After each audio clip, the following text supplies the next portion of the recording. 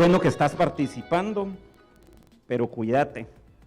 Eso es lo que me dijo mi abuelo hace 25 años más o menos.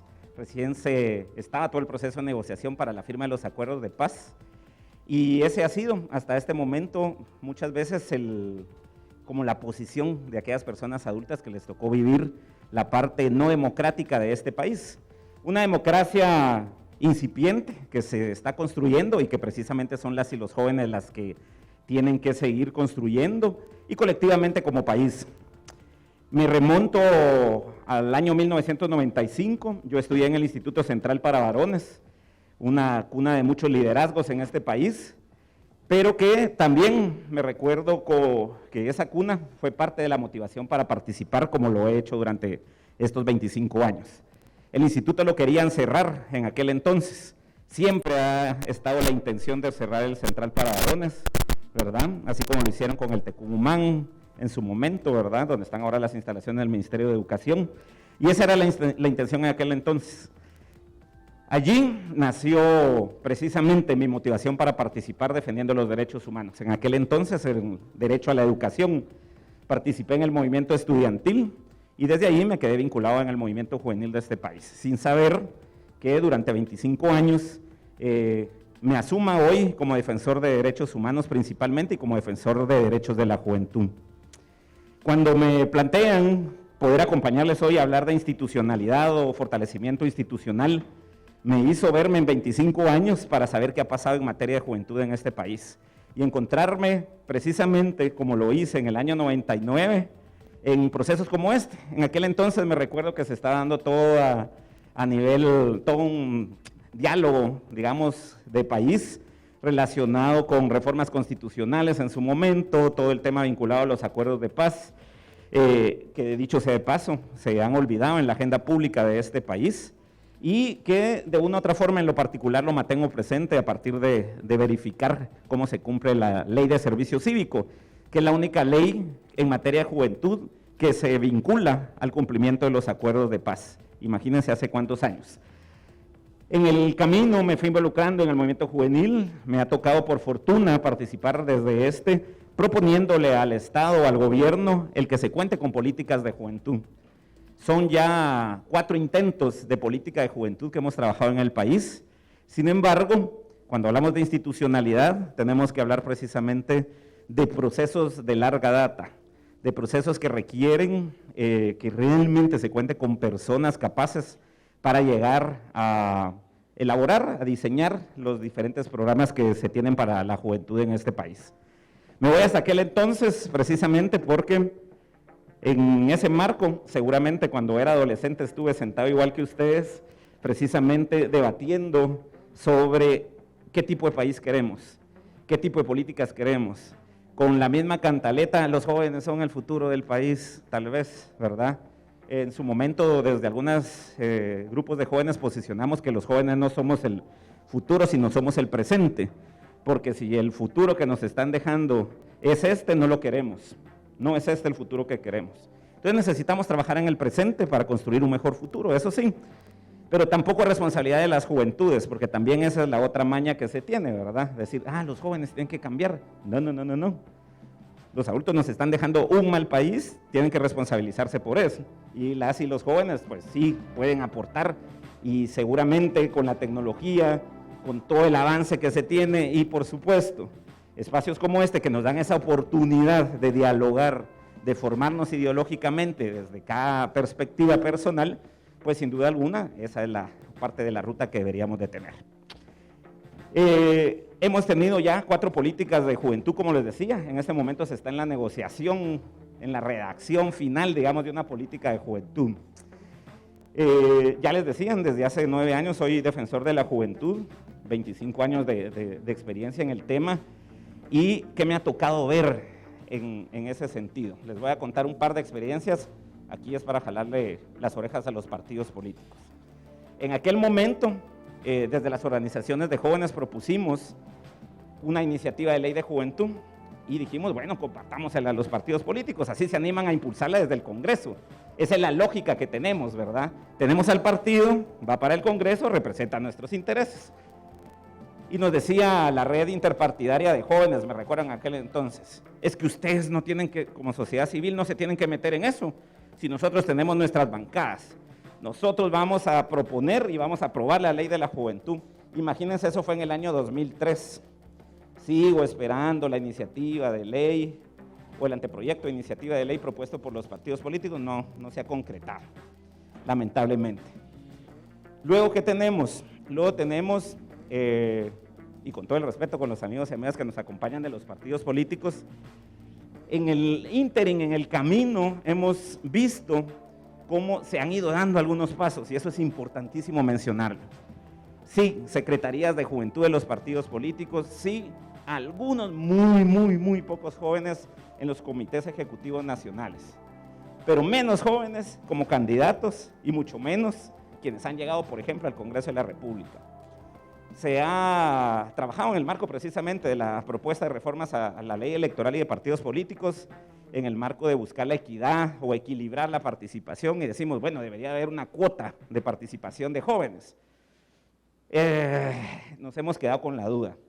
Han llegado un par de jovencitos como diputados y no precisamente queremos a ese tipo de jóvenes diputados representando a la juventud, porque no representan a la juventud, llegan a representar sus intereses. Entonces, el que un joven llegue al Congreso no precisamente representa los intereses de la juventud. Lo que queremos es gente pilas y capaz que llegue ahí a legislar a favor de las mayorías. Eso es lo que quisiéramos, ¿verdad? Y ojalá para las juventudes.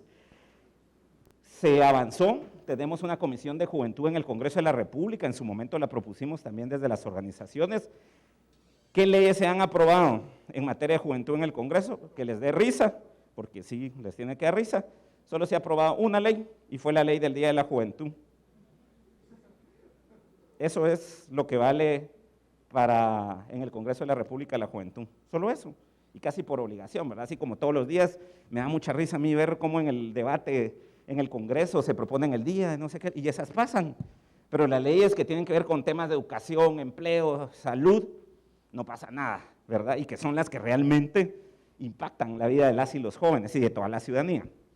De ahí hemos diseñado estrategias, la agenda de la juventud, estrategias para incidir en el marco de la agenda política, incluso de los partidos políticos, para que abran secretarías, para que hayan candidaturas de jóvenes, para que estén jóvenes en el marco de los comités ejecutivos nacionales, motivando el voto de la juventud, motivando que se empadronen. Dicho sea paso, falta empadronar alrededor de 2 millones de jóvenes, ojo, ¿verdad? Tribunal Supremo Electoral.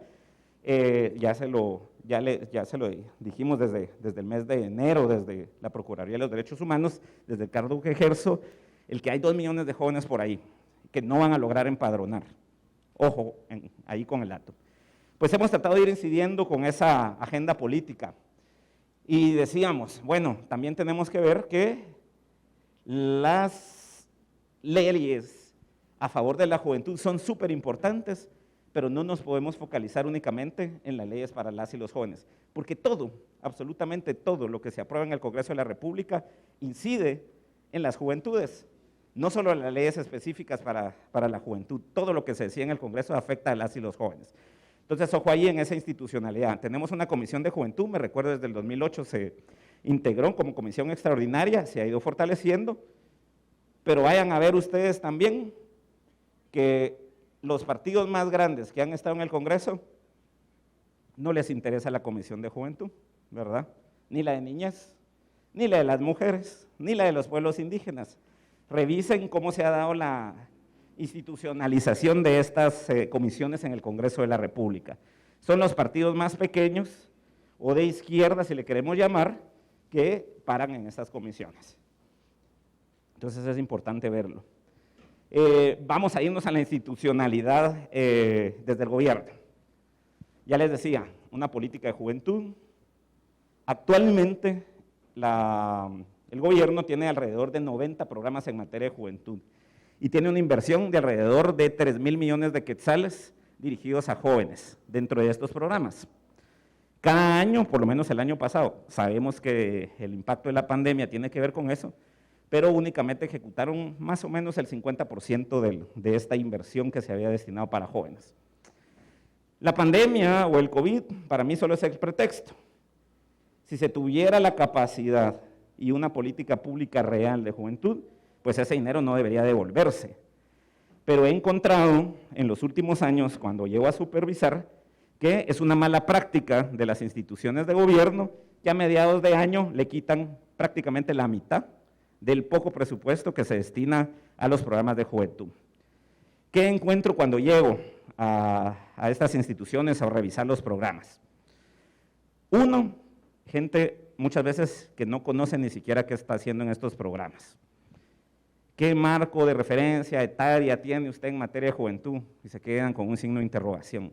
O sea, es básico, ¿verdad? 13, 29 años, tenemos más de una década debatiendo si esa es la edad o no, ese es el contenido de la política, pero si usted trabaja para ese tema y quienes le pagan son las y los jóvenes, como mínimo sepa qué edad es para la que tiene que trabajar, ¿verdad? Me imagino, digo yo. Bueno, checklist ahí, no, ¿verdad? No pasan la prueba. Luego miren qué comunidades están, se quedan así como que, ¿verdad? ¿Por qué? Porque lamentablemente el Estado o el diseño de políticas públicas está focalizado en la capital y en las cabeceras.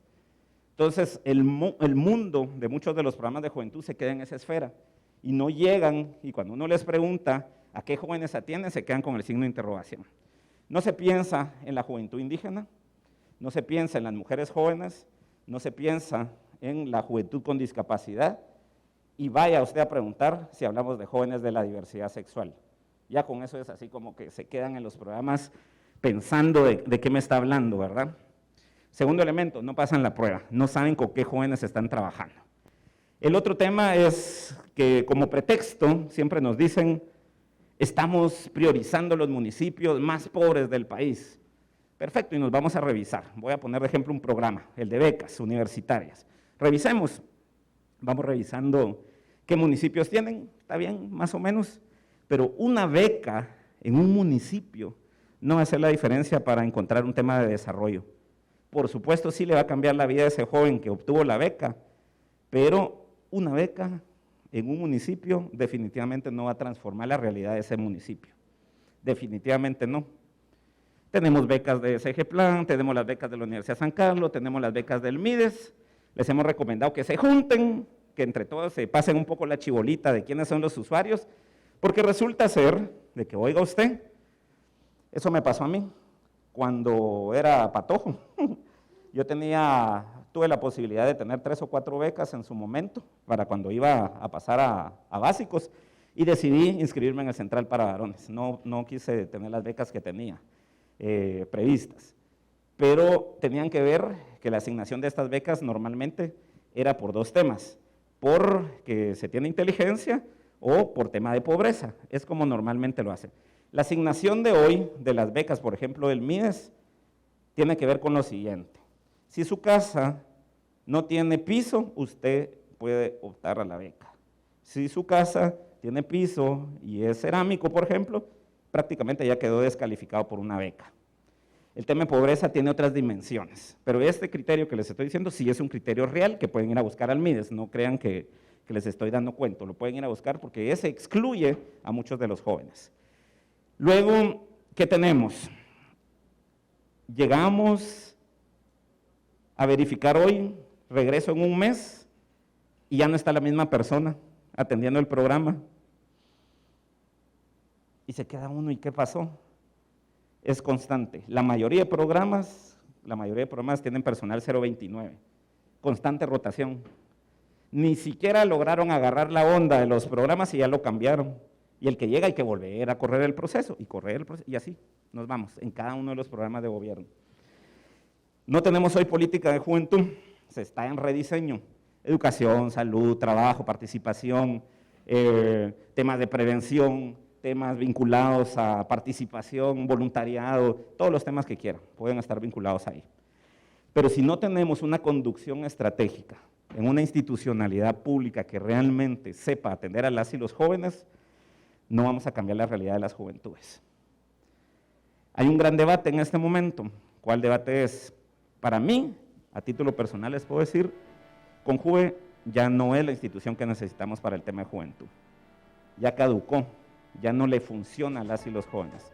¿Qué necesitamos? El debate está, si es un instituto de la juventud, hace un mes de hecho, se presentó una iniciativa de ley para crear el instituto de un instituto de juventud.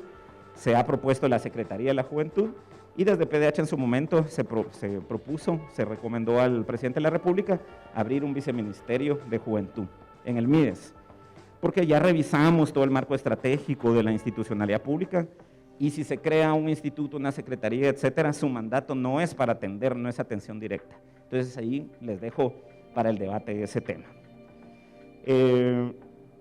Por el otro lado, y ya en el marco del plano electoral, ¿qué tenemos?